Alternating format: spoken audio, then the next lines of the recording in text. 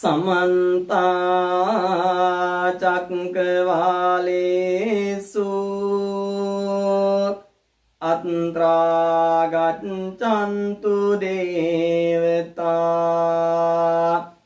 सद्धम्मं मुनिराजस्स सुनन्तु सक्मुखदं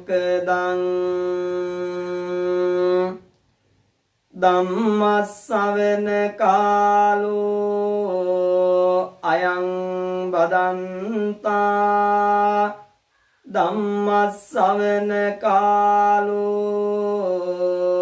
අයං බදන්තා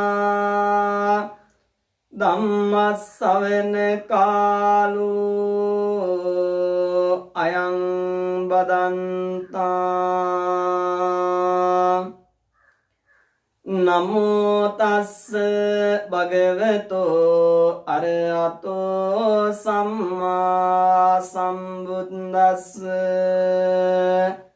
නමෝ තස්ස භගවතෝ අරහතෝ සම්මා සම්බුද්දස්ස නමෝ තස්ස භගවතෝ අරහතෝ සම්මා සම්බුද්දස්ස සංසාරිත් වාච සංසාරේ කලිතංචේ මමං කයේ ආරෝචේමි මහාවීර අපරාධං කමස්සු මේති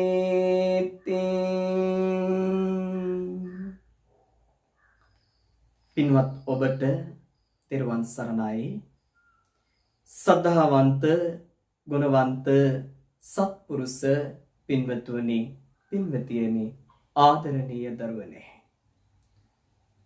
අද සඳහම් දියදහරා ධර්ම සභාවත් එක්ක එකතු වෙලා ඉන්න ඔබ මේ වෙලාව තුල බලාපොරොත්තු වන්නේ ජීවිතයේ දුක් විඳින බැඳීම් මිස්සර අසර නොවන ඔබේ ජීවිතයේ ගොඩනගා ගන්න උතුම් සඳහම් දේශනාවක් ශ්‍රවණය කරන්නටයි බලාපොරොත්තුව.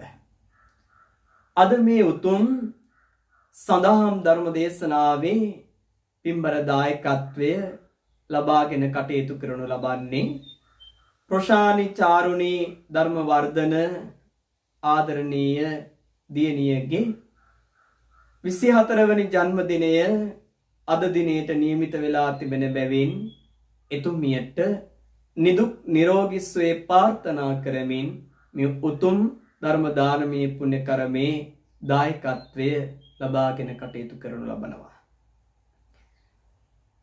එනිසාවෙන් අද මේ පින්වත් සිරු දෙනාම YouTube නාලිකාව ඔස්සේ අද මේ උතුම් ධර්ම දේශනාව ශ්‍රවණය කරනවා.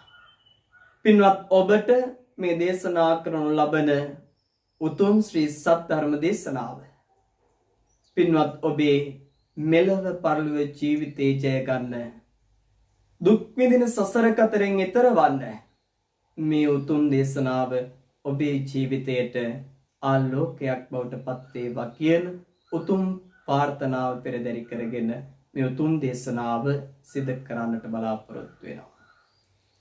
අද මගේ රත්තරන් අම්මලා අප්පච්චිලාට රත්තරන් දරුවන්ට පින්වත් කල්යාණ මිතුරු මිතුරියන්ට දේශනා කරන්න බලාපොරොත්තු වන්නේ ලස්සන කතාවක් පිළිබඳව. විශේෂයෙන් අද උපන් දිනේ සමරන ප්‍රශානි චාරුණී අපේ කල්යාණ මිතුරියගේ ඉල්ලීමකට අනුව අද මේ උතුම් දේශනාවට මාතෘකාවක් අපි තෝරගත්තා. අද පින්වත් ඔබට දේශනා කරන ලබන්නේ යසෝදරා සහ සිද්ධාර්ථගේ නිකලස් ආදරය පිළිබඳව. ආදරය කියනකොටම මගේ රත්තරන් අම්මලා අප්පච්චිලාට රත්තරන් දරුවන්ට ඔබ මේ වෙලාව තුළ ජීවිතේ කරන ආදර කතාවන් බොහොමයක් මතක් වෙනවා ඇති. මගේ රත්තරන් අම්මා අප්පච්චි මේ ලෝකේ ජීවත් වෙන ගොඩක් මිනිස්සු ආදර කතා ගැන ඇහුවොත් දන්නේ සාලිය අශෝකමාලගේ ආදර කතාවත් ඒ වගේම ටච් මහල් හදපු අයගේ ආදර කතාවත් විතරයි. හැබැයි නිකලස් ආදර පිළිබඳව ජීවිතය හොයලා නැහැ. සිද්ධාර්ථ යසෝදරාගේ ආදරය හරි පුදුමාකාරයි. වර්තමාන ජීවත් වෙන හැම අම්ම කෙනෙකුටම හැම තාත්ත කෙනෙකුටම ආදරණීය තරුණ තරුණියන්ට තමන්ගේ ජීවිතයේ ගොඩනගා ගන්න සිද්ධාර්ථගේ යසෝදරාගේ ආත්මීය බැඳීම ජීවිතේට මහත් පිටුහලක් වෙනවා. ඔබ දන්නවද? ඉස්සර අම්මලා යසෝදරාවත දැස්වල කඳුළු පුරවාගෙන කියවුවා. යසෝදරාවත දැස්වල කඳුළු පුරවාගෙන කියවන්නේ නිකන් නෙවෙයි. පුදුමාකාර සිරියසකේ. සමහරක් වෙලාවට යසෝදරාවත සම්පූර්ණයෙන් කියවගෙන යන්න බැරි වෙනවා. ඒ තරම් අනුවේදනීය කතාවක්. දැස්වලින් කඳුළු කැට වැටෙනවා.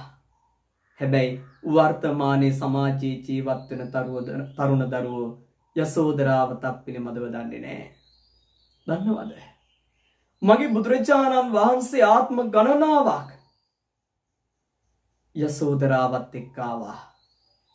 යසෝදරාගේ සිද්ධාර්ථගේ ආදර වෘතාන්තය අද මේ සමාජ ජීවත් වෙන හැම තරුණ දරුවෙකුටම හැම රත්තරන් අම්ම කෙනෙකුටම රත්තරන් තාත්ත කෙනෙකුටම ජීවිතේ වටිනවා.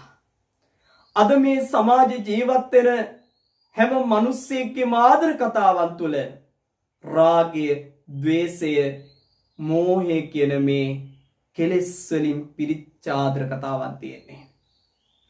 අද සමාජ ජීවත් වෙන තරුණ දරුවන්ගේ ආදර කතාවන් ඒ ආදරයන් ඉස්සරහා තරුණ දරුවෝ හරි අසරණයි. මොකද සිද්ධාර්ථ යසෝදරාට ආදරය කරේ, යසෝදරා සිද්ධාර්ථට ආදරය කරේ කාමය, රාගය, ద్వේෂය පොදි බැඳගෙන නෙවෙයි. ඒ ඇතුලේ කාම රාගික හිතුවිලි තිබුණේ නැහැ. ඒ නිකලස් ආදරය.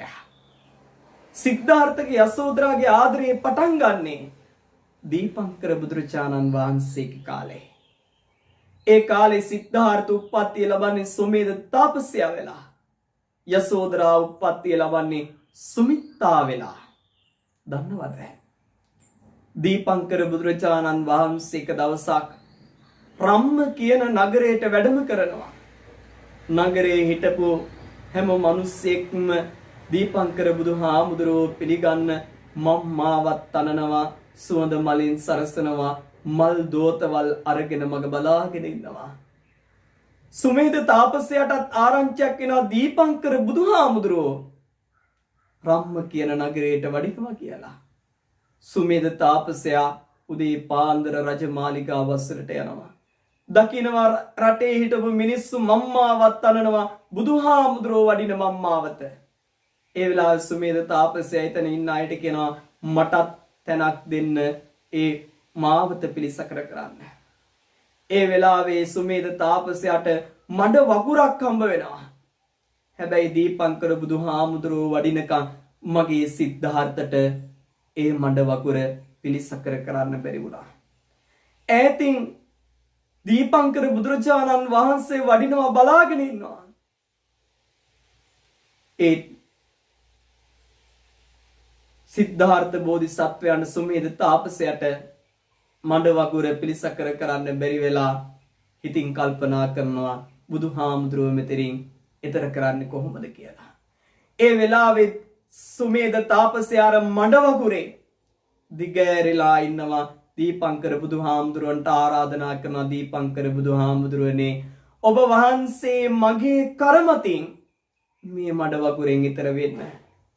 ඒ වෙලාවේ දීපංකර බුදුහාමුදුරුවෝ සුමේධ තාපසයාගේ කරමතින් ඈතර වෙලා මගේ රත්තරන් අම්මප්පච්චි එතන හිටපු මිනිසුන්ට ඇහෙන්න, මහා සංඝ පිටුපසින් වඩින මහා සංඝ රත්නියට ඇහෙන්න දීපංකර බුදුහාමුදුරුවෝ කියනවා මේ සුමේධ තාපසයා තව කල්ප ගානකින් පස්සේ සිද්ධාර්ථ නමින් බුදු වෙනවා. එතන හිටපු හැම අම්මා කෙනෙක්ම තාත්තා කෙනෙක්ම හැම මිනිස්සෙක්ම උන්මාදයටපත් වෙලා බලාගෙන ඉන්නවා. එතන හිටියා ලස්සනම රන් කඳක් වගේ තරුණ කෙල්ලා. ඇගේ රූප සම්පත්තිය බැලුවම් පිනවනවා. රන් කඳක් හා සමානයි. මේ දියණිය ළඟට ගිහින් නැතිනම් මේ කාන්තාව ළඟට ගිහින් සුමේද තාපසයා මල් මිටක් ඉල්ලනවා බුදුහාමුදුරන්ට පූජා කරන්න. සුමේද තාපසයාට මල් තිබුණේ නැහැ දීපංකර බුදුහාමුදුරන්ට පූජා කරන්න. අර නැගණිය ළඟට ගිහිල්ලා නැත්තම් සුමිත්තා ළඟට ගිහිල්ලා මල් මිටක් ඉල්ලනවා. සුමිත්තාවනි මට මල් ටිකක් දෙන්න බුදුහාමුදුරන්ට පූජා කරන්න. මේ කවුද ඉල්ලන්නේ? අපේ සිද්ධාර්ථ බුදුහාමුදුරුවෝ. කාගෙන්ද ඉල්ලන්නේ? යසෝදරාවගේ. ඒ වෙලාවේ සුමිත්තා කියනවා මං ඔබට මල් දෙන්නම් හැබැයි ඔබ මට මොනවද දෙන්නේ? ඒ වෙලාවේ සුමේද තාපසයා කියනවා නැගණියනි ඔබ මට මල් දුන්නොත් මම ඔබව විවාහ කරගන්න කැමතියි. ඒ වෙලාවේ සුමිත්තා කල්පනා කරනවා අනේ දෙයියනේ මතු භවයක බුදු වෙන මේ සිටුතුමාට නැත්නම් තාපසයාට මේ යුග පුරුෂයාට මට පිටුවහලක් වෙන්න පුළුවන් නම් කොච්චර පිනක්ද කියලා කල්පනා කරනවා. ඒ වෙලාවේ සුමේද තාපසයා සුමිත්තට කියනවා නැගණියනි ඔබ මං විවාහ කරගත්තොත් සංසාරේ අනෝරාවිදින දුක් වේදනා විඳින්න වෙයි. ඔබට ඔබේ ජීවිතේ නැති කරගන්න වෙයි. මම හින්දා ඔබේ කුසෙන් මේ ලෝකයේ එළිය දකින දරුපැටව දන් දෙන්න වෙයි. ඔබට පුදුමාකාර විදියට දුක් වේදනා කම්කටොළු ගොඩකටපත් වෙන්න වෙයි. සුමිත්තා එහෙම කැමති නම් මාත් එක්ක විවාහ වෙන්න එන්න. සුමිත්තා කියනවා හිමි සඳුනේ නුඹ වෙනුවෙන් මං ඕනි දුක් කන්දරාවක් සංසාරේ පුරාවට වින්දනය කරන්න. ඔබ ළඟ කවුරු නැතුව උනත් මම ඔබ ළඟ ඉන්නම්. සංසාරේ පුරාවටම ඔබ පිටුපස්සේ මං එන්නම්. බලන්න යසෝදරාගේ ආදරය පුදුමාකාරයි. ජීවිතේ දුක් වේදනා විඳගෙන කම්කටොළු විඳගෙන සිද්ධාර්ථ පිටුපස්සේ යසෝදරා. බලන්න දීපංකර බුදුහාමුදුරුවන් කාලේ ආරම්භ වුණ බැඳීම කල්ප ගානක් පුරාවටම සිද්ධාර්ථක පිටුපස්සේ ආවා. මට හිතෙනවා සිද්ධාර්ථට කලින් බුදු වෙන්න ඕනේ යසෝදරා. හැබැයි මගේ රත්තරන් අම්මා අප්පච්චි මතක තියාගන්න කවදාවත්වත් ස්ත්‍රීකට බුදු වෙන්න බෑ. අපි අහලා තියෙනවා ගෞතම බුදුහාමුදුරුවෝ ගැන. අපි අහලා තියෙනවා මෛත්‍රී බුදුහාමුදුරුවෝ ගැන. අපි අහලා තියෙනවා සුමේද බුදුහාමුදුරුවෝ ගැන, මංගල බුදුහාමුදුරුවෝ ගැන, විවිධ බුදුවරුන් ගැන අපි අහලා තියෙනවා. අපි අහලා තියෙනවාද ජීවිතේ ස්ත්‍රියක් බුදු වෙලා හිටියා කියලා. හැබැයි ස්ත්‍රියකට නිවන් දකින්න පුළුවන්, රහත් ඵලයටපත් වෙන්න පුළුවන්, මාර්ගඵල ලබන්න පුළුවන්. හැබැයි මගේ රත්තරන් අම්මා අප්පච්චි ස්ත්‍රියකට බුදු වෙන්න බෑ. බුදු වෙන්න යන යුග පුරුෂයෙකුට පිටුවහලක් වෙන්න පුළුවන්. යසෝදරා හින්දමයි ගෞතම බුදුහාමුදුරුවෝ ඉක්මනින්ම බුදු වුණේ. ගෞතම බුදුහාමුදුරුවෝ ඉක්මනින්ම බුදු වුණේ. බලන්න යසෝදරා ජීවිතේ දුක්ඛම් කටුළු විදගෙන සමන්ගේ ජීවිතේ සංසාරේ පුරාවටම ගෞතම බුදුහාමුදුරුවෝ පිටුපස්සේ ආවා. ගෞතම බුදුහාමුදුරුවෝ පිටුපස්සේ ආවා. ඒ ආත්මෙ විතරක් නෙවෙයි සංසාර ජීවිතේ ගෞතම බුදුහාමුදුරුවෝ සහ යසෝදරා හම්බුනේයි කියලා දන්නවද? ගෞතම බුදුහාමුදුරුවෝ සහ යසෝදරා සංසාරේ පුරාවටම ආත්මින් ආත්මේ සංසාරෙන් සංසාරේ එකට හම්බුනේ දෙන්න තුල තිබුණ සම සද්ධා, සම සීල, සම ත්‍යාග, සම ප්‍රඥා නිසාවේ. සිද්ධාර්ථ සහ යසෝදරා ආත්ම ගණනාවක් එකට ආවේ එකයි. ඔවුන් තුල තිබුණේ සම සද්ධාව, සම සීලය, සම ත්‍යාගය, සම ප්‍රඥාව. මෙන්න මේ හතර තිබුණා ඔවුන්ගේ ජීවිතේ පුරාවට එකට ආවා. මගේ රත්තරන් තරුණ දරුවනේ අද මේ දහම් සභාවට එකතු වෙලා ඉන්න ඔබ කල්පනා කරන්න. අද අපි ජීවත් වෙන අපේ රටේ සංසාරයකට හමු වේවා කියලා ප්‍රාර්ථනා කරලා මුහුදට ගිහිල්ලා පයින් නැද්ද ඉපදෙන ආත්මේ අපි අපේ වෙන්න කියලා. මූදට ගිහිල්ලා පයින් නැද්ද? අපි අපේ වෙන්න කියලා කෝච්චියට ගිහිල්ලා බෙල්ල තියන්නේ නැද්ද? ගලාගෙන යන දියපාරට ගිහිල්ලා පයින් නැද්ද සංසාරේ අපි අපේ වෙන්න කියලා? මගේ රත්තරන් අම්මා අප්පච්චි ජයශ්‍රී මහා හාමුදුරුවෝ ළඟ රුවන්වැලි මහා සෑය ළඟ අපි අපේ වෙන්න කියලා කසාද බැඳලා ඉන්න මගේ රත්තරන් අම්මලා අප්පච්චිලා මගේ රත්තරන් තනුණු දරුව ගිහිලා සිල් ටිකක් ගන්නවද? පැයක් දෙකක් වාඩි වෙලා බණ භාවනාවක් කළා සංසාරේ පුරාවටම මගේ ස්වාමියා මගේ බිරිඳ හැම ආත්මිකම මගේ වෙන්න කියලා අපි පාරපිතා පුරනවද? නෑ. හැබැයි සිද්ධාර්ථ යසෝදරා සංසාරේ පුරාවට පුදුමාකාර විදිහට දුක් වේදනා වින්දා. ඒ දීපංකර බුදුරජාණන් වහන්සේගෙන් ආරම්භ වුණ ඒ දවසේ ආරම්භ වුණ සංසාරේ ඒ ආදරය ඒ සෙනෙහස ආත්ම ගණනාවක් පිටුපස්සේ යසෝදරා සිද්ධාර්ථ අතරේ ආවා. එක ආත්මයක මගේ සිද්ධාර්ථ බෝධිසත්වයෝ හංසෙක් වෙලා උප්පත්තිය ලබනවා. යසෝදරා වහන්ස දේනුවක් වෙලා උප්පත්තිය ලබනවා. වැද්දෙක් විසින් අටවලා තිබුණු උගලකට අර හංසයා අහුවෙනවා. අහුණාට පස්සේ මොකද වෙන්නේ? තමන්ගේ රැළේ හිටපු හැම හංසෙක්ම බෝධිසත්වයෝ දාලා යනවා. අර රැළේ හිටපු හැම හංසෙක්ම දාලා යනකොට බෝධිසත්වයා නැත්නම් අර හංසයා ළඟ ඉතුරු වෙන්නේ හංස දේනුව විතරයි. ඒ යසෝදරා මරණ බියේ දැන තව ස්වල්ප මොහොතකින් මැරෙනවා කියලා හදවතින් කියනකොට වැද්ද ඇවිදින් තමන්වත් මරනවා කියලා දැනෙනකොට අර හංස දේනුව කිකර ගගා අර හංසයා පිටුපස්සේ වටේට කරකිනවා. බලන්න මගේ රත්තරන් අම්මන් පච්චි ඒ තරම් ආදරයක්, ඒ තරම් සෙනෙහසක්.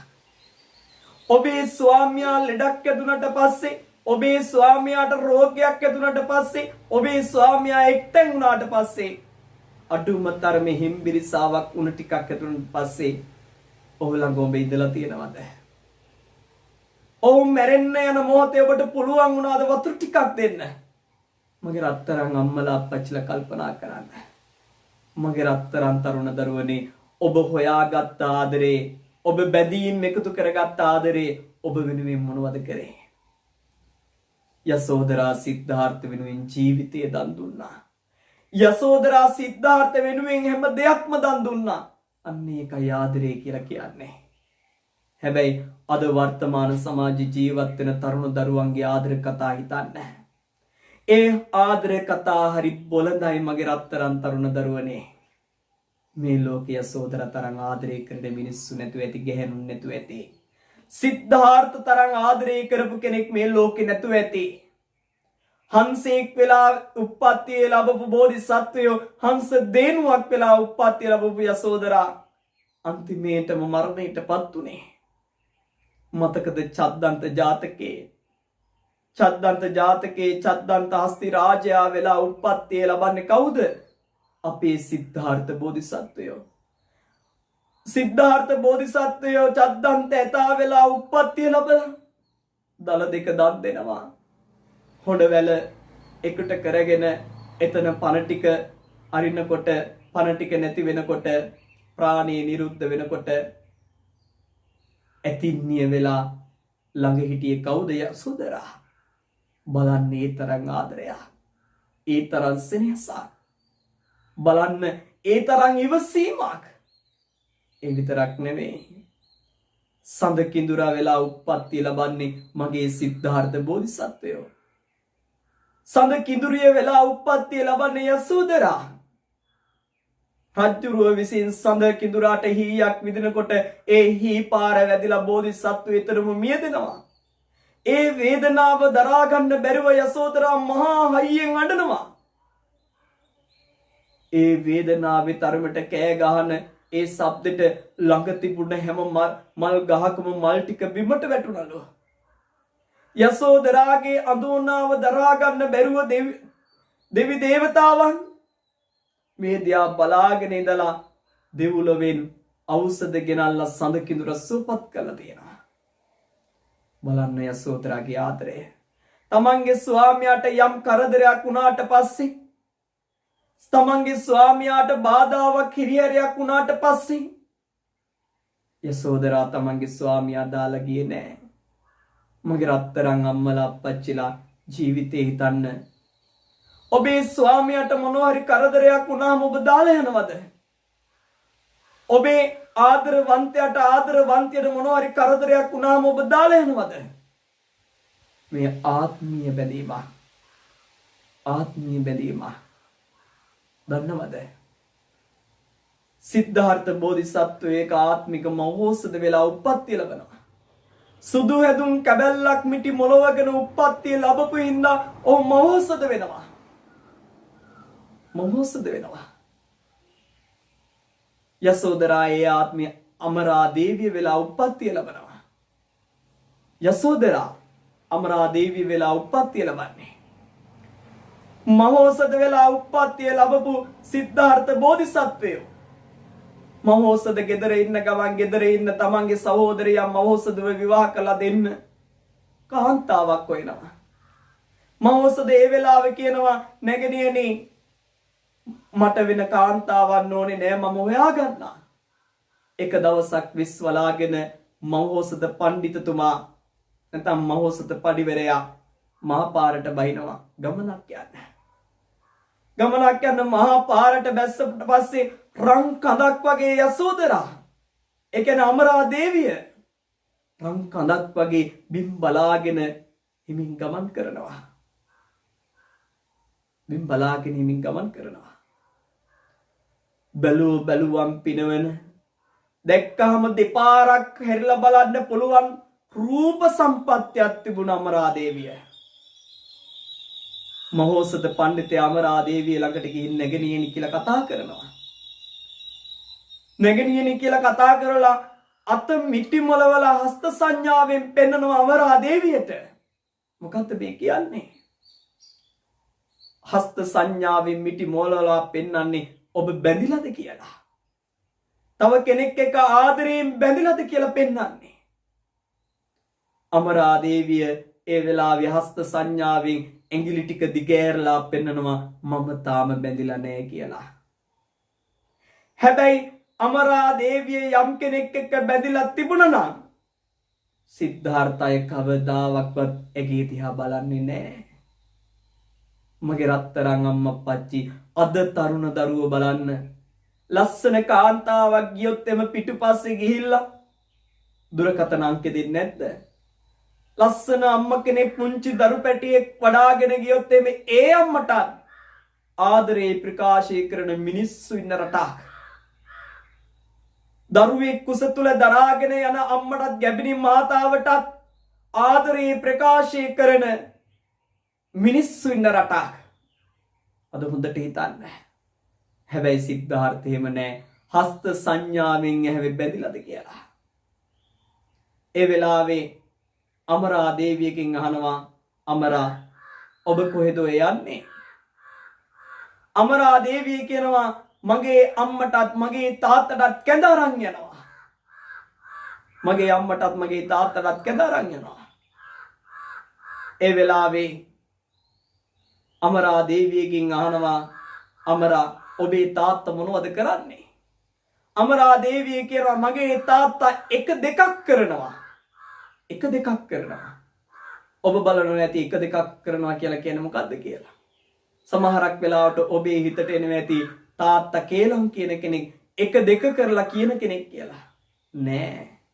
එක දෙකක් කරනවා කියලා කියන්නේ තාත්තා ගොවියෙක්. වී දෝතක් වැපුරුවාට පස්සේ ඒ වපුරන වී දෝතට වඩා තව සහල් ගොඩක් ලැබෙනවා. එක දෙකක් නෙවෙයි එක දෙක තුනක් කරලා ලැබෙනවා. අන්න බලන්න ප්‍රඥාව අමරගේ. මහෝසදතුමාගේ ප්‍රඥාව බලන්න කොච්චරද කියලා. එහෙම කතා බහට ලක් වෙලා ඉන්නකොට අමරා අහනවා මහෝසදගෙන් මහෝසද මම ඔබට කැඳ ටිකක් දෙන්නද? හාකමක් නෑ කැඳ ටිකක් දෙන්න කියලා මහෝසද කියනවා. ඒ වෙලාවේ මහෝසද කල්පනා කරනවා මට මේ කැඳ දෙන්න කලින් වතුර ටිකක් අත සෝදන්න දුන්නේ නැත්තම් මම ඒ කවදාවත් මේ දිහා බලන්නේ නැහැ. බලන්න. ඒ වෙලාවේ අමරා මොකද කරන්නේ? කැඳ ටික දෙන්න කලින් මහෝසතට වතුර ටිකක් දෙනවා අත හොද ගන්න. බලන්න ප්‍රඥාව. අපි එහෙමද? අපි එහෙම නෙවෙන්නේ. බලන්න මහෝසතගේ සහ අමරා තුල තියෙන ප්‍රඥාව. එතනින් නවතින්නේ නැහැ. මහෝසත කල්පනා කරනවා මේ තමයි මට හොඳම බිරිඳ වෙලා ඉන්නේ. ඒ නිසා ගෙදර ඇවිදින් නාලක ලකාවණු ටිකකුත් අරගෙන යන්නේ කොහෙටද? අමරාගේ ගෙදරට. අමරාගේ ගෙදර ගිහිල්ලා ඉන්නකොට ඉස්සරහා වාඩි වෙලා ඉන්නකොට අමරා ගෙදර ඒ වෙලාවේ නැහැ. තාත්තයි අම්මයි ඉන්න කුමරට ගිහින්. කුමරට ගිහිල්ලා එනකොට දරමිටියක් ඔළුවේ තියාගෙන අර කැඳ අරන් ගිහපු වාජන ටිකත් අරගෙන එනවා. දකින්නවා මහෝසත ඇවිල්ලා ඉන්නවා. හැබැයි දරමිටිය බිම තියලා පිටිපස්ස දොරෙන් අමරා දේවිය අර තමන්ගේ ගෙට ඇතුළු වුණේ. අද බලන්න අද සමාජයේ තරුණ දරුවෝ එහෙමද? තරුණ දියණියන් එහෙමද? ගෙදරට කාරු හරි පුරුෂයෙක් ඇවිල්ලා ඉද්දි කොල්ලෙක් ඇවිල්ලා හිටියොත් එහෙම කොහමද ගෙට ඇතුල් වෙන්නේ? කොල්ල ගොඩක් ඉන්න තැනින් කෙල්ලෙක් ගමන් කරන්නේ කොහමද? එක්ක උකුළු මුකුළු පාමින් එක්ක hina වෙමින්. එහෙම නේද? හැබැයි අමරා එහෙම නෙවෙයි. අමරා කියන්නේ හොඳ හැදිච්ච ගායනයක්. හැදිච්ච කාන්තාව. අමරා කියන්නේ කවුද මේ? යසෝදරා. යසෝදරා වෙලා උප්පත්තිය ලබන්න කලින් ඒ ආත්මය අමරා නමින් යසෝදරා උප්පත්තිය ලැබුවේ. ඒ වෙලාවේ මහෝසත මොකද කරන්නේ? මහෝසත හාල් ටිකක් අරගෙන අමරාට දෙනවා. අමරා මේ හාල් මිට අරගෙන මේකෙන් කැඳත් හදාපිය, බතුත් උයාපිය, කැවුමුත් හදාපිය කියලා. ඔබට කොහොමද ඔබේ ස්වාමියා හාල් මිටක් ඔබට දීලා මේකෙන් කැඳත් හදාපිය, බතුත් හදාපිය, කැවුමුත් උයාපිය කිව්වොත් එහෙම? ඔබේ හාල් ටික අරගෙන ඔබේ ස්වාමියාගේ මුහුණට නබල ගහයි. එහෙම නේද? නෑ. බලන්න අමරා මොකද කරන්නේ? හාල් මිට අරගෙන ගිහිල්ලා කුල්ලට දාලා පොළනවා. ඒ කුල්ලේ හොඳ හාල් ටික එක පැත්තක ඉතුරු වෙනවා. කැඩුණු සහල් තව පැත්තක ඉතුරු වෙනවා. අනිත් සහල් බිමට වැටෙනවා. හොඳ සහල් ටික අරගෙන බත් ටික උයලා දෙනවා. කැඩුණු සහල් අරගෙන කැඳ ටික හදනවා. වැටුණු සහල් අරගෙන මොකද කරන්නේ? කැඳ ටික හදලා කැවුම් ටික උයලා දෙනවා. බලන්න අර පිරිමැස්ම කොහමද? අද ඉන්න අපේ දරුවන්ට එහෙම තියනවද? අද ගෙදර ඉන්න ලයිට් එක දැම්මොත් එහෙම කාමරේ ලයිට් එක දැම්මොත් 24 පැයට මේ ලයිට් එක පත්තු වෙනවා. වතුර ටික බලන්න අර පිරිමැස්මක් නැහැ. අඳින ඇඳුම් ටික බලන්න වේදනාවක් නැහැ. ඔබේ තාත්තමගේ රත්තරන් දරුවනේ දුක් විඳලවා ඒ දේවල් වලට වියදම් කරන්නේ. බත් ටික ගත්තොත් බත් පිඟානේ භාගයයි කන්නේ, ඉතුරු භාගයේ එහෙමම එක්කෝ විසිකනවා. බලන්න හොඳට වේදනාවක් දැනෙන්නේ නැහැ. අර පිරිමස්මක් දැනෙන්නේ නැහැ. අපි ගෙවල් වල ඉන්න කාන්තාවන්ටත් ඒ වගේ මගේ රත්තරන් තරුණ දරුවනේ ගෙදර ලයිට් බිලේ ඉඳලා හැම දෙයක්ම වියදම් කරන්නේ ගෙදර තාත්තා. බලන්න අමරාර ලැබුණ සුමේද තාපසයෙන් ලැබුණ හාල් මිටි බතුත් ඉව්වා, කැඳත් ඇදුවා, කැවුමුත් ඇදුවා. බත් ටික ඔයලා මහෝසතට දෙනවා. මහෝසතට දුන්නාට පස්සේ මහෝසත පඬිතයාගේ රස ඉන්ද්‍රියම් පිනවා යනවා. හැබැයි ඒක අමරට පෙන්වන්නේ නෑ මහෝසත. මහෝසත කියන්නේ කවුද? අපේ බුදුහාමුදුරුවෝ. ඒ වෙලාවේ මහෝසත ඒ බත් කටක් කාලා බිමට කෙල ගහනවා තුක් තුක් කියලා. මේවා මිනිස්සුන්ට කන්න පුළුවන්ද කියලා කියනවා. එහෙනම් ස්වාමීනි මම ගිහින් කැඳ ටිකක් හදාගෙන එන්න. කැඳ ටිකක් හදාගෙන එලා මහෝසතට දෙනවා. කැඳ ටික බොනකොට මහෝසත පඬිතුමාගේ රස ඉන්ද්‍රියම් පිනවා යනවා. මගේ රත්තරන් අම්මා අප්පච්චි ඒ වෙලාවෙත් කැඳ ටිකක් කටට අරගෙන තුක් තුක් කියලා කෙල ගහලා මේවා මිනිස්සුෙකුට බොන්න පුළුවන්ද කියලා අමරාගෙන් අහනවා. එහෙනම් ස්වාමිනී මම ගිහිල්ලා කැවුම් ටිකක් හදාගෙන එන්න.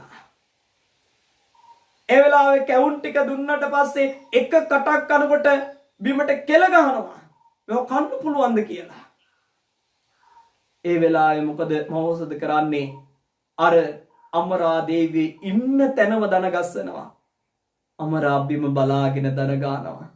බලන්න හාල් මිටෙන් කැවුනුත් අදලා බතුත් උයලා කැඳත් අදලා අන්තිමේටම කන්නක් දීලා අන්තිමේටම දඬුවම් විඳින්නත් සිද්ධ වුණා.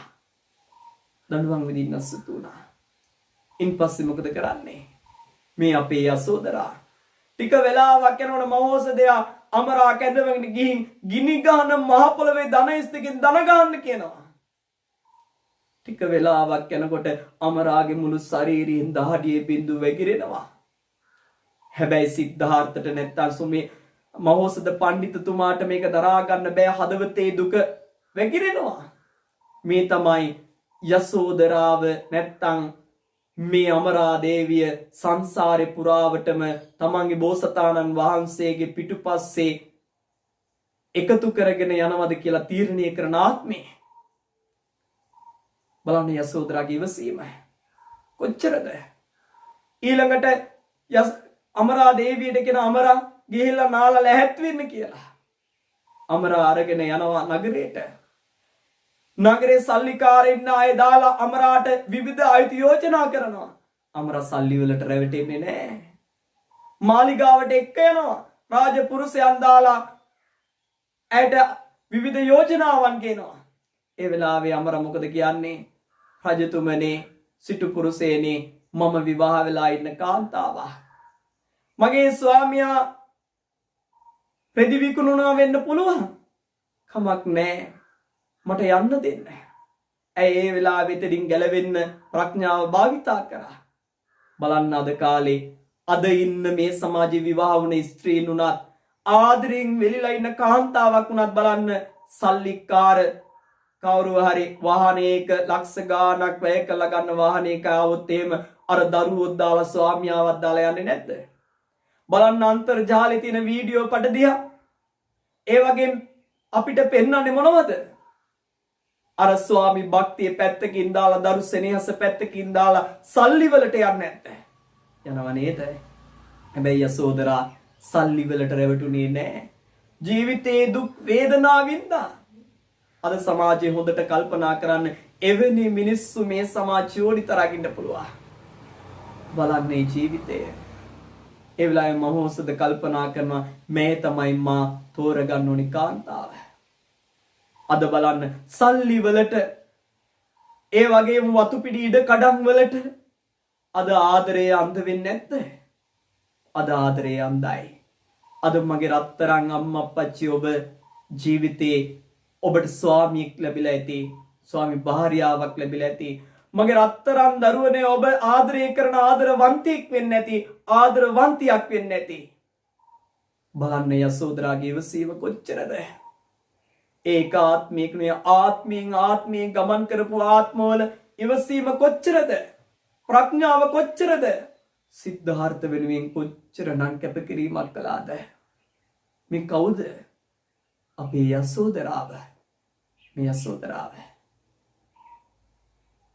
ඒක ආත්මයක අපේ ගෞතම සිද්ධාර්ථ බෝධිසත්වයෝ යසෝදරාවයි ඒක ආත්මික උප්පත්තිය ලබනවා. ඒ ආත්මේ අපේ සිද්ධාර්ථ කරු වෙලාද උප්පත්තිය ලබන්නේ? විස්සන්තර වෙලා. විස්සන්තර වෙලා. යසෝදරා උප්පත්තිය ලබන්නේ මන්ත්‍රී දේවිය වෙලා. එක දවසක් මන්ත්‍රී දේවිය පළනෙල නෙලා ගන්න කැලේට ගියාට පස්සේ තමන්ගේ දරුවෝ වෙස්සන්තර දන් දෙනවා. වෙස්සන්තර දන් දෙනවා. ජාලිය ක්‍රිෂ්ණ ජිනා දන් දෙනවා. පළනෙල නෙලාගෙන මේ මන්ත්‍රී දේවිය නැතිනම් යසෝදරා ගෙදරට ආවට පස්සේ බලනවා දරු පැටවුකෝ කියලා. දරුවෝ ගෙදර පේන්නේ නැහැ. යනවා ගහක් ගානේ ගිහින් ගලක් ගානේ ගිහින් පඳුරක් ගානේ ගිහින් තමන්ගේ දරුවෝ හොයනවා. දරුවෝ හොයනවා. රැට රෑ වෙනකන් දරුවෝ හොයනවා. බලන්න සෙනෙහස අම්මා කෙනෙක්ගේ. මගේ රත්තරන් අම්මේ ඔබේ දරු පැටියා ගෙදර ආවේ නැත්තම් දවස් ගානක් ඔය ඇස් දෙකට පේන්නේ හිටියේ නැත්තම් ඒ දරුවෝ දිහා බලන්නේ නැද්ද? හොයන්නේ නැද්ද? දන්නවද? මගේ අම්මා මේ උතුම් දේශනාව කරන මගේ අම්මා හැම දවසකම මට කතා කරනවා. කසාවත දරාගත්තත් අම්මගේ සෙනෙහස ඒකයි. කාලා දින්නේ ස්වාමීනි දාන ටික හම්බුණාද කියලා අපෙන් අහන්නේ. මගේ රත්තරන් දරුවනේ ඔබේ අම්මා අප්පච්චි දැන් මේ බණ අහන මේ වෙලාවේ ඔබ ගැන හොයන්නේ නැද්ද? හොයනවා. ඔබ විවාහ වෙලා හිටියත් අද ගෙදර ඉන්න අම්මා කල්පනා කරන්නේ ඔබ ගැන. ඒ තමයි සෙනෙහස. ගහක් ගානකින් ගලක් ගානකින් පඳුරක් ගානකින් වැලක් ගානකින් තමන්ගේ දරුවෝ හොයනවා මේ മന്ത്രി දේවිය. රැට රෑ වෙලා ගෙදර ඇවිදී විස්සන්තරකින් කොමගේ දරුවෝ කියලා අහනකොට කලන්තේ දාලා වැටෙනවා. විස්සන්තර අපේ බෝධිසත්වයන්ට ඒ දුක දරා ගන්න බෑ. හදවත් උණු වෙලා විස්සන්තරගේ අභියස කලන්තේ දාලා වැටෙන മന്ത്രി දේවිය අතට අරගෙන ඇයගේ හිස පිරිමදිනවා. දන්නවද? විස්සන්තරගේ පුංචි ඇස් වලින් කඳුළු කැට බිමට වැටෙනවා. ඒ නිකන් කඳුළු නෙවෙයි, ඒ වැටින්නේ ලේ කැට දෙකක්. ඒ ලේ කැට කඳුළු වෙලා වැටෙනකොට අර മന്ത്രി දේවියගේ ඇස් පියාට උඩට වැටෙන්නේ. ඒ වෙලාවේ මෙයට සීයනවා. බලන්න ලේට ලේ ආදරේ දැනුන විදිය.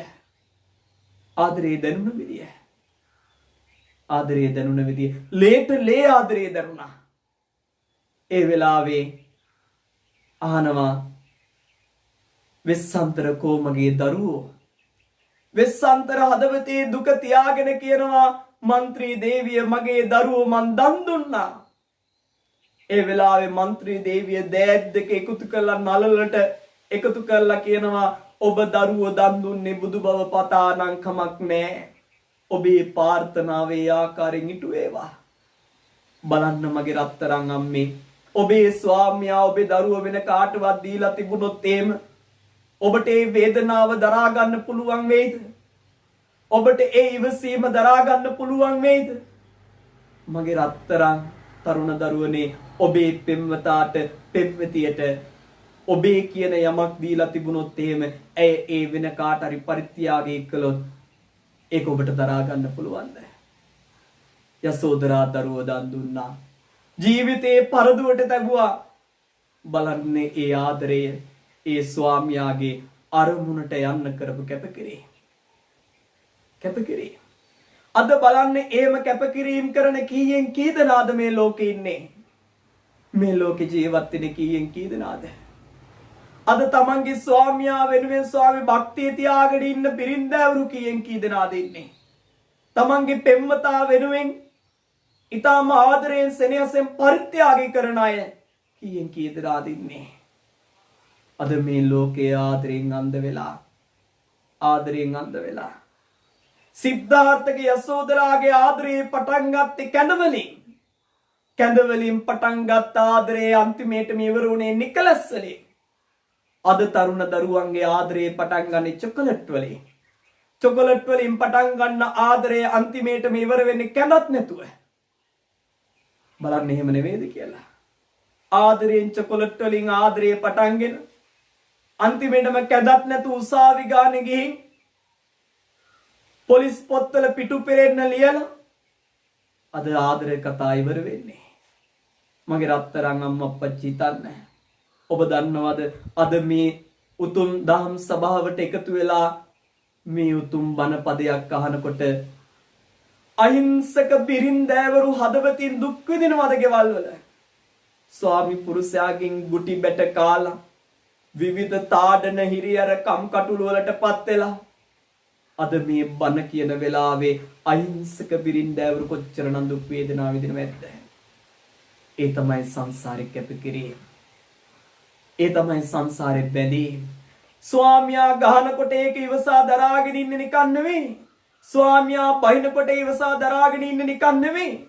ඒ තමයි සංසාරේ බැඳීම. ඒ ස්වාමියා වෙනුවෙන් කැප කරන කැපකිරීම. මගේ රත්තරන් තාත්තේ ඔබ කල්පනා කරන්න තමන්ගේ බිරිඳේ හැම දෙයක්ම ඉවසාගෙන ඉන්නේ ඔබට තියෙන ආදරයට. ඔබට තියෙන ආදරයට. මගේ රත්තරන් තරුණ දියණියනි, ඔබ හිතන්න ඔබ නිතරම තමන්ගේ පෙම්වතත් එක්ක රණ්ඩු වෙනකොට පෙම්වතා නිහඬව ඉන්න නිකන් නෙවෙයි. ඔබ ඇනුම් පද කියනකොට ඔහු නිහඬව ඉන්න නිකන් නෙවෙයි. ඒ ඔබට තියෙන ආදරයට. බලන්න මේ සමාජයේ එවැනි මිනිස්සු නිතරම ඉන්න පුළුවන්. යසෝදරා කියන්නේ පුදුමාකාර ජීවිතයේ ගැහණියක්. සිද්ධාර්ථ වෙනුවෙන් කරපු නැති දෙයක් නෑ. බලන්න සිද්ධාර්ථ වෙනුවෙන් යසෝදරා මොනවද නොකරේ? එදා දීපංකර බුදුහාමුදුරන්ගේ පටන් ගත්ත ආදර කතාවේ ඒ ආත්මයෙන් පටන් ගත්ත සුමේද තාපසයා වෙලා සුමිත්තා වෙලා පටන් ගත්ත ආදර කතාව කොච්චරනම් ආත්ම ගානක් ගලාගෙන ආවද? හස්ති රාජයෙක් වුණා, හංස දේනුවක් වුණා. ඒ විතරක් නේ සඳ කිඳුරු වෙලා විවිධ ආත්මවල සිද්ධාර්ථ පිටුපස්සේ ආවා. අපේ සිද්ධාර්ථ කුමාරයා බුදු බව ලැබුවේ යසෝදරායින්දමයි. යසෝදරායින්දමයි. අන්තිම ආත්මේ සිද්ධාර්ථ වෙලා උප්පත්තිය ලැබලා යසෝදරා වෙලා උප්පත්තිය ලැබලා සංසාරේ කල්ප ලක්ෂයක් පුරාවටම පාරමී ධර්මයන් පුරලා ඔවුන්ගේ ආදර කතාව නිමාවට පත් කරනවා. බලන්න අවුරුදු 16 දී විවාහ වෙන්නේ. සිද්ධාර්ථට අග මෙහෙසියක් හොයන්නේ කොහොමද? කඩු ශිල්ප, දුනු ශිල්ප, ඒ හැම ශිල්පයක්ම පෙන්නමින් සුදෝන් රජතුමා මොකද කරන්නේ? තමන්ගේ පුතුණුවන්ට ස්වාමි භාර්යාවක් සොයා ගැනීමට මොකද කරන්නේ? ස්වාමි භාර්යාවක් සොයා ගැනීමට එක ස්ථානයකට ඒ රටේ හිටපු සියලුම රාජ මහා ඇමතිවරුන්ගේ දියණියන් ගෙනල්ලා තියෙනවා. හැබැයි රටේ හිටපු හැම මිනිස්සෙම කල්පනා කරනවා සිද්ධාර්ථ කියන්නේ සැප විඳපු ලාමක කෙනෙක්. මාලිගාවේ ඉන්න වෙලාවේ පිනිපොද වැටෙයි කියලා, මාලිගාවේ ඇතුලේ පින්න වැටෙයි කියලා සේසත් හතරක් හතර පැත්තෙන් අල්ලගෙන හිටියා. කාටද? සිද්ධාර්ථට. ඒ තරම් ලාභක. කියනවා මොහුට කාන්තාවක් දුන්නොත් එහෙම ඔහුට කවදාවක්වත් යුද්ධ කරන්න හම්බ වෙන්නේ නැහැ. ඔන්න රජකමක් ලැබුණොත් ඒ තරම් ලාභක කෙනෙකුට රජකමක් ලැබුණොත් කොහොමද රටක් රකින්නේ? දන්නවද එක දවසක් සුද්ධෝදන රජතුමා සිද්ධාර්ථ ළඟට ඇවිල්ලා කියනවා, සිද්ධාර්ථ ඔබට බිරිඳක් සොයා ගැනීමට නම් ශිල්ප දක්වන්න වෙනවා. ඔබට පුළුවන්ද? ඔව් ස්වාමීනි මට පුළුවන්. මහා සෙනගක් ඉස්සරහට ගෙනල්ලා ඒ මහා සෙනගක් ඉස්සර අපේ බෝධිසත්වයෝ ශිල්ප දක්වනවා. අස්සයා පිටේ යනවා, දුවන අස්සයාගේ පිටින් පයින්නවා. අස්සයා හයියෙන් දුවනකොට අස්සයාගේ උඩට එකපාරටම නගිනවා. කඩු ශිල්ප, දුනු ශිල්ප, සියලු ශිල්පයක්ම පෙන්නනවා. කවුද මේ? මගේ රත්තරන් අම්මප්පච්චි, අපේ සිද්ධාර්ථ, අපේ බුදුහාමුදුරුවෝ. එතනට එකතු වෙලා හිටපු හැම ගැහණියක්ම, හැම අම්මා කෙනෙක්ම, හැම තාත්තා කෙනෙක්ම තමන්ගේ දියණිය දෙන්න පොර කනවා. හැබැයි දහස් ගාණක් හිටපු තැනින් රන් කඳක් වගේ කෙල්ලක් දැක්කා. බිම් බලාගෙන ඉන රන් කඳක් වගේ කෙල්ලක් දැක්කා. ඒ තමයි යසෝදරා. එදා සිද්ධාර්ථ හිටපු රාජමාලිගාව ඉඳන් ගව් ගානක් දුර යසෝදරා ඉන්නේ. බලන්න ආත්මීය බැඳීම කොච්චරද? රන් කඳක් වගේ බිම් බලාගෙන ඉන්නවා. ඒ වෙලාවේ සිද්ධාර්ථ තෝරගන්නේ ඇය. දන්නවද? සිද්ධාර්ථ මේ ලෝකේ ඉපදුන වෙලාවේ ඉපදුනේ එකම ගැහණියයි, එකම කාන්තාවයි. ඒ තමයි යසෝදරා. සිද්ධාර්ථ ඉපදුන වෙලාවේ මේ ලෝකේ ඉපදුනේ එකම කාන්තාවයි. ඒ තමයි යසෝදරා. අවුරුදු 16 දී විවාහ වෙන යසෝදරා සහ සිද්ධාර්ථ අවුරුදු 29 වෙනකන් දරුවෙක් හම්බුනේ නැහැ. අවුරුදු 13ක් පුරාවටම සිද්ධාර්ථටයි යසෝදරාටයි දරුවෝ නැහැ. අද බලන්න මගේ රත්තරන් අම්මා අප්පච්චි ඔබේ දුව ඔබේ පුතා විවාහ වෙලා අවුරුද්දක් යනකොට දරුවෙක් හිටියේ නැත්තම් නැන්දම්මලගෙන් කොච්චර බැනුම් අහනවද? සමාජයෙන් කොච්චර අපවාද වලට ලක් වෙනවද? හැබැයි යසෝදරා සිද්ධාර්ථ මේ හැම දෙයක්ම ඉවසුවා. යසෝදරා සිද්ධාර්ථ මේ හැම දෙයක්ම ඉවසුවා. අවුරුදු 13ක් යනකම් සිද්ධාර්ථටයි යසෝදරාවටයි දරුවෙක් හිටියේ නැහැ. අවුරුදු 16 දී විවාහ වුණ ඇය සහ ඔහු ලස්සන ආදර කතාවක් ලස්සන ජීවිතයක් ගත කරනවා. සමහරක් වෙලාවට දහම් සභාවට එකතු වෙලා ඉන්න රත්තරන් දරු පැටව හිතනවා ඇති අපිටත් අවුරුදු 16 දී විවාහ වෙන්න පුළුවන් වුණා නම් කොච්චර හොඳයිද කියලා. දන්නවද? අද පාසල් යන දරුවෝ අඩු වයසින් තමන්ගේ ජීවිතයේ ආදරයන් හොයාගන්න ගිහිල්ලා ජීවිතේ අන්ධ කරගෙන ඉන්නවා. ජීවිතේ අසරණ වෙලා ඉන්නවා. හැබැයි ඒ කාලේ අවුරුදු 16ක් කියලා කියන්නේ අද අවුරුදු 24ක 30ක විතර ජීවන අත්දැකීම් තිබුණා. හැබැයි අද පාසල් යන දරුවන් විවිධ පෙම් පැටලි වලට ලක් වෙලා ජීවිත අඳුරු කරගෙන ජීවිත නැති කරගන්න තත්ත්වයටපත් වෙනවා.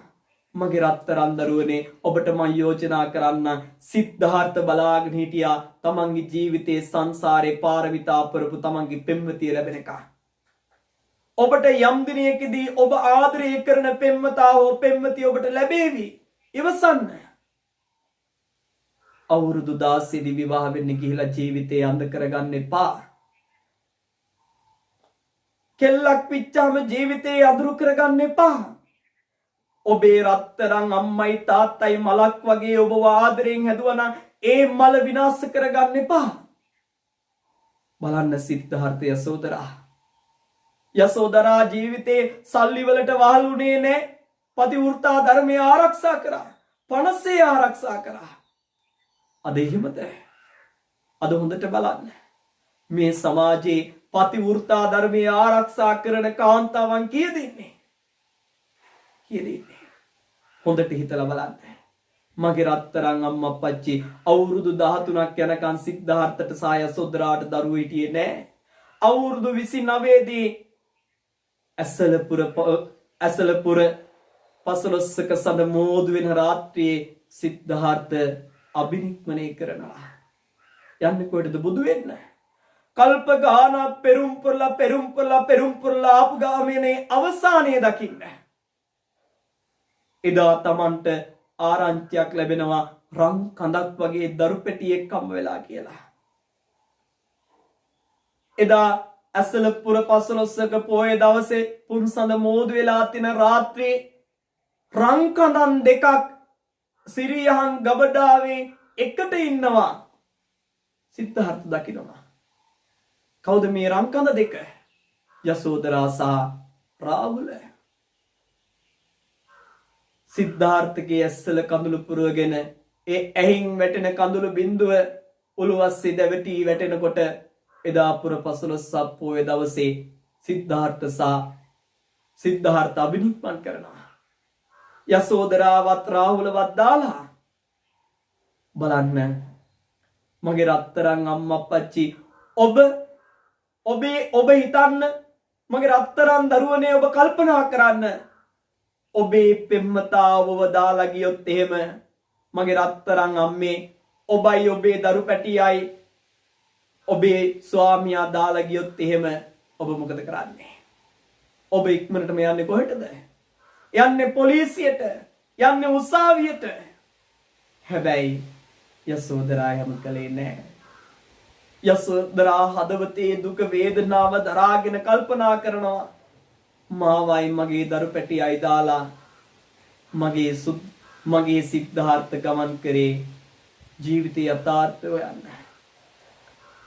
ඒ වෙලාවේ එදා කල්පනා කරනවා සිරියන් ගබඩාවේ යසෝදරා සහ රාහුල නිදාගෙන ඉන්න වෙලාවේ මම එක බිරිඳක් නිසාවෙන් මම එක දරුවෙක් නිසාවෙන් මගේ ගමන නවත්වනවද? නැතිනම් ලෝවැසි සියලු දෙනාගේ දුක නැති කරවන්න මේ ගමන යනවද කියලා සිද්ධාර්ථ කල්පනා කළ අභිනික්මන් කරනවා. ඒ අභිනික්මන් කරපු සිද්ධාර්ථ අවුරුදු 6ක් දුෂ්කර ක්‍රියා කළ බුදු වෙනවා ගෞතම නමේ. ගෞතම නමින් බුදු වෙලා වසරක් ගියාට පස්සේ යසෝදරාව බලන්න බුදුහාමුදුරුවෝ එනවා. තමන්ගේ උපන් ගමට වැඩම කරනවා. ඔබ දන්නවද? සිද්ධාර්ථ අබිනික්මන් කරපු දවසේ ඉඳලා යසෝදරා හරියට කෑම ටිකක් කෑවේ නැහැ. හරියට සලුපිලි යන්නේ නැහැ. යසෝදරාට ආරංචි වෙනවා තමන්ගේ ස්වාමියා ගස් ගල් යට වාඩි වෙලා නිදාගන්නේ. ගස් ගල් යට තමන්ගේ ජීවන ගමන් කරන්නේ. ඒ ආරංචි ලැබෙන වෙලාවේ ඉඳලා යසෝදරා කවදාවත් සිරිහන් ගබඩාවේ නිදාගත්තේ නෑ අම්මේ. සිද්ධාර්ථ පැලඳකට ඉන්නේ ලස්සන සලුපිලි නෙමෙයි. කසාවතා. එදා ඉඳලා යසෝදරාව රාජ්‍යාභරණ පැළඳුවේ නෑ අම්මා අප්පච්චි. ඒ තරම් කැපකිරීම කළා. සිද්ධාර්ථ හැමදාම රාජ භෝජන වැළඳුවේ නෑ අබිනික්මන් කරපු දවසේ ඉඳලා.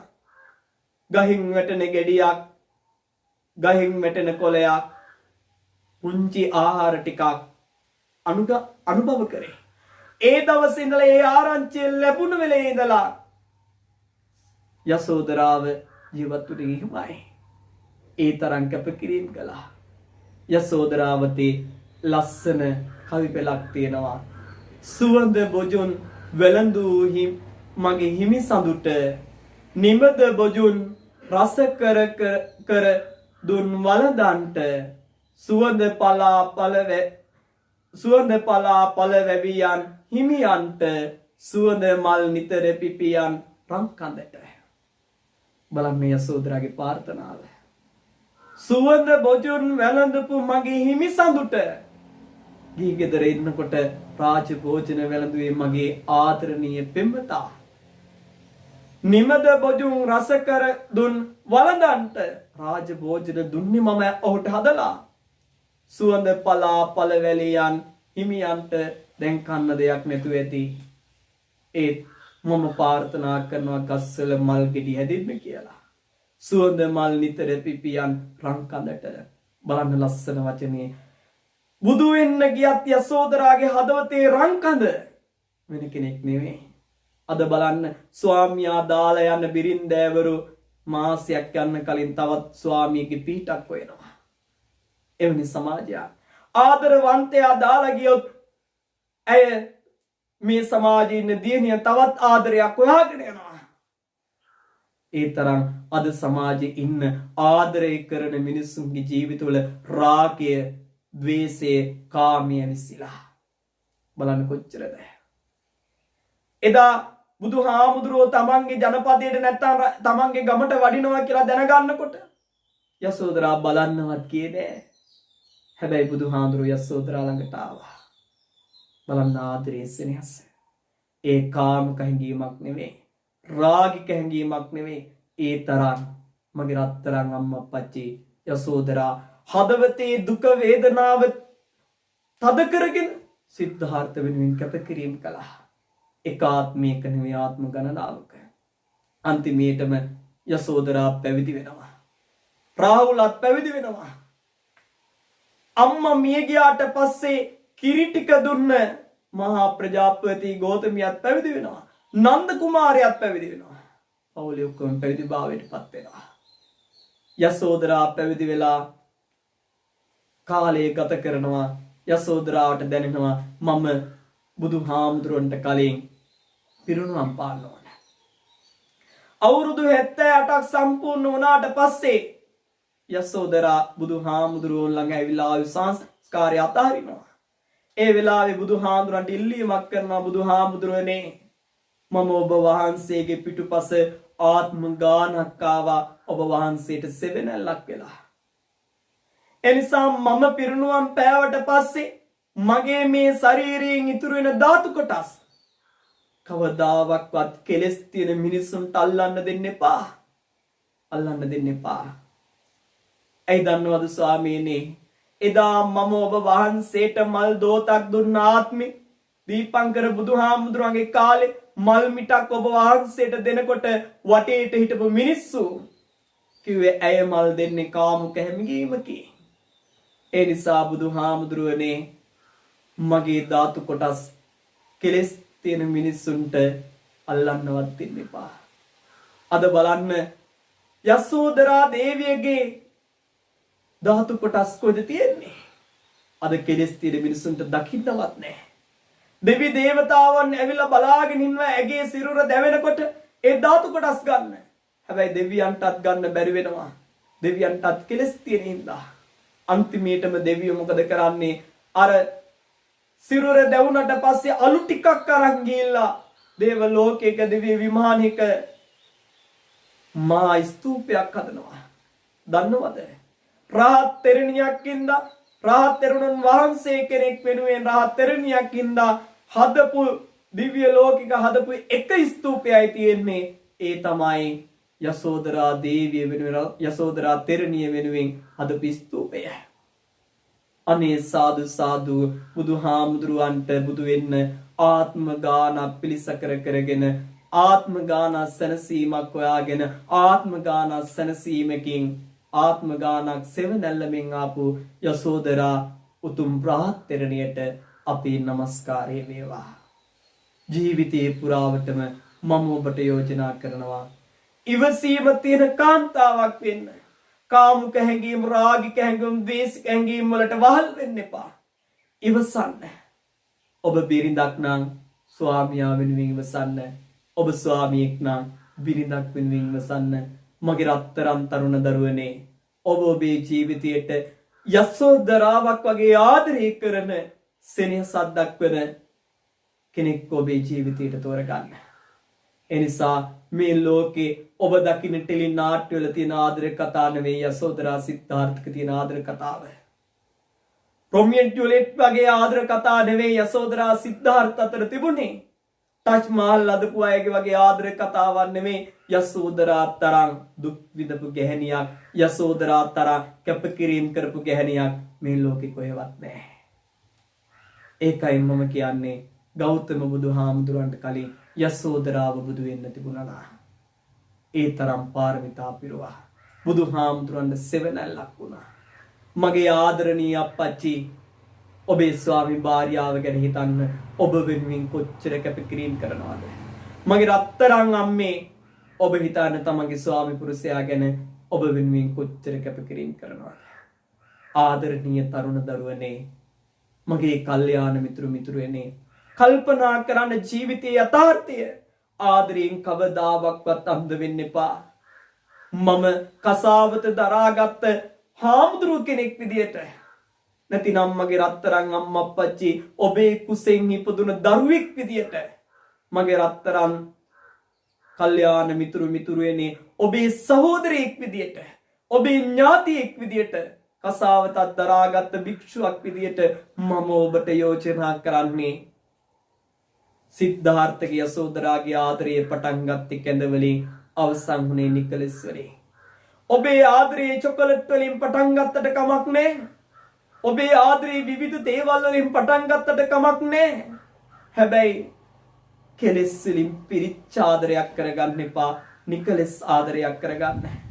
සංසාරේ අපි කරපු බැඳීම් පරිත්‍යාග, ඒ හැම පරිත්‍යාගම අපි පිටුපස්සේ ස්වාමියෙක් බිරිඳක් විච්චාම දාන සීල භාවනා ඥාතේවද පුණ්‍ය ක්‍රියාවන් කරන්න. ඔබ ආදරය කරනවා නම් අවංකව ඔබ දෙපළ තුලම ඇති කරගන්න සම සද්දා, සම සීල, සම ත්‍යාග, සම ප්‍රඥා. ආදරණීය තරුණ දරුවනේ, ඔබේ ආදරේ කෙලෙස් ආදරයක් නෙවෙයි, නිකලෙස් ආදරයක් කරගන්න.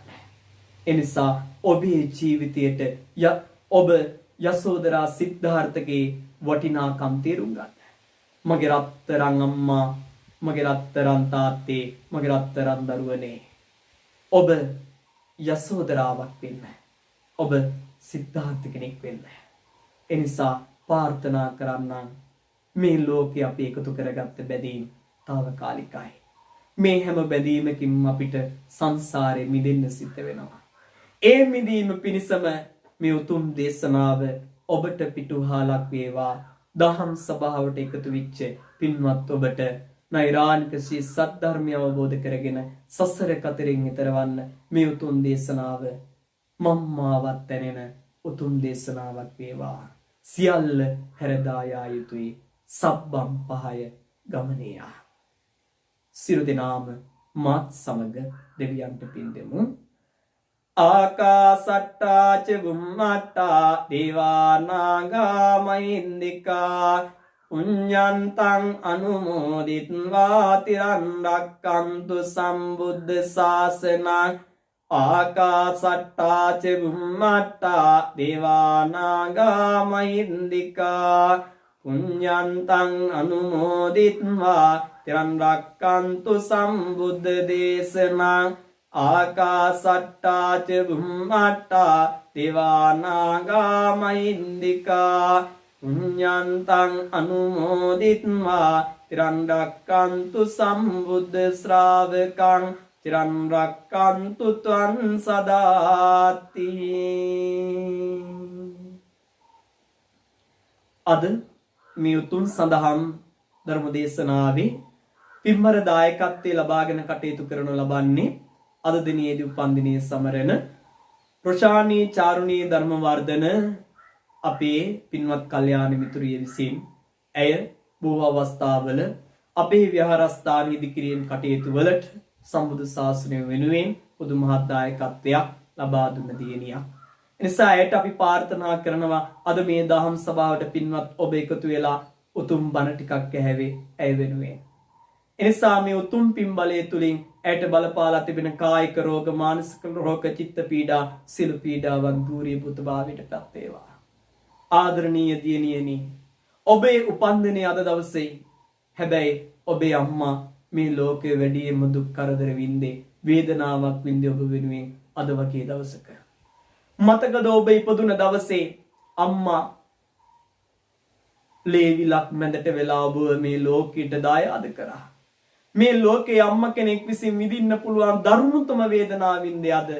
එනිසා මේ උදාාරතර වූ කුසල ශක්තියෙන් අපි අනුමෝදන් කරමු ඔබව මේ ලෝකයට දායාද කරන්නට යෙදුන RRM සුනිත්‍රා පොඩිමැණිකේ ආදරණීය මව්තුමියට ඔබ වෙනුවෙන් විවිධ කැපකිරීම් කරපු කංකරණ ආභරණ ලස්සන ඇඳුම් පැළඳගෙන අද ඉන්නවා නම් ඔබ ඒ ඔබේ තාත්තා අද්දකේ කරකට දානකම් දුක් විඳින්න හින්දා ආදරණීය පියතුමා වෙන ජී ධර්මවර්ධන පියතුමාටත් මේ සියලු කුසල ධර්මයන් අනුමෝදන් කරමු. එතුමාට නිදුක් නිරෝගී සුවය චිරජීවන සම්පන්නිය ප්‍රාර්ථනා කරන්න. ඇයගේ අරුමුණ බවට පත්වෙන ආදරණීය දෙමව්පියන්ට පින්පෙත් අනුමෝදන් කිරීම, දෙමව්පියන්ගේ නමින් මිය පරලොව යන්නට යෙදුණු සියලුම දෙනාට පින්පෙත් අනුමෝදන් කිරීම. ඒ වගේම ජී සෝමාවති ආදරණීය කිරියම්මාට, ඒ වගේම ජී බාලමැණික්කේ කිරියම්මා යන මේ දෙපළට, ඒ වගේම ආදරණීය පවුලේ සියලු දෙනාට සෙත් ප්‍රාර්ථනා කිරීම, විශේෂයෙන් කිරියම්මා යන දෙපළටම ජීවදානමේ පුණ්‍ය කර්මයක් හැටියටත් මේ උතුම් කටයුතු සිදු කිරීම ඇගේ බලාපොරොත්තු ප්‍රාර්ථනාව බවට පත් වෙනවා. ඒ වගේම මෙවර උසස් පෙළ විභාගයට පෙනී සිටින තමන්ගේ ආදරණීය සහෝදරයාට නිදුක් නිරෝගී සුවය චිරජීවන සම්පන්නිය ප්‍රාර්ථනා කිරීම, ලෝකවාසී සියලුම දුවා දරුවන්ට ආශිර්වාද කිරීමත් අරමුණක් බවට පත් වෙනවා. ඒ වගේම ඇය සේවය කරනු ලබන NDB බැංකුව දඹුල්ල ශාඛාවේ ඒ නිලධාරි මණ්ඩලයේ ඇතුළු කොට ඇති ඇත්තන්ගේ පවුල්වල සියලු දෙනාට ආශිර්වාද කිරීමත් මේ උතුම් පින්කමේ අරමුණු බවට පත් වෙනවා. ඒ වගේම මේ වෙලාව තුළ ලෝකෙට බලපාලා තිබෙන වසංගත ලෙඩ රෝගයන් වලින් පෙළෙන ඒ අහිංසක අපේ මිනිස්සුන්ට නිදුක් නිරෝගී සුවය ප්‍රාර්ථනා කිරීමත්, මිය පරලොව යන්නට යෙදුණු කොවිඩ් රෝගීන් මිය පරලොව යන්නට යෙදුණු සියලු දෙනාට පින්පෙත් අනුමෝදන් කිරීමත් මේ උතුම් පින්කමේ අරමුණු බවට පත් වෙනවා. එනිසා ඒ සියලුම අරමුණු සඵලභාවයට පත් වේවා. උතුම් බුදුරජාණන් වහන්සේ දේශනා කළ වදාළ නෛර්යානික ශ්‍රී සත්‍ය අවබෝධ කරගෙන සසර කතරෙන් ඈතර වීමට YouTube නාලිකාව ඔස්සේ දහම් සභාවට එකතු වෙච්ච මගේ පින්වත් අම්මලා අප්පච්චිලාට, පින්වත් දරුවන්ට මේ උතුම් දේශනාව මම්මාවත් දැනෙන සසර කතරෙන් ඈතර වෙන උතුම් පාරමිතා පුරන්න පුළුවන් උතුම් දේශනාවක් බවට පත් වේවා කියලා සාදු කියලා ප්‍රාර්ථනා කරමු. ඔහොම වන්දනා කරමු. අභිවාදන සීලිස්ස නිච්ඡං අත්තාපචායිනෝ චත්තාරෝ ධම්මා වඩ්ඩಂತಿ ආයුවන්නෝ සුඛං බලಂತಿ. සියලු දෙනාට තෙරුවන් සරණයි.